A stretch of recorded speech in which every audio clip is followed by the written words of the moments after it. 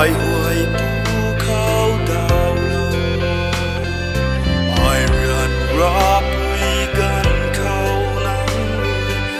atai nkhalou, Ntauni atai nzianlou, ai huaynei mai hai chulou, Ntauni atai nzianlou. Ai huaynei mai hai chulou,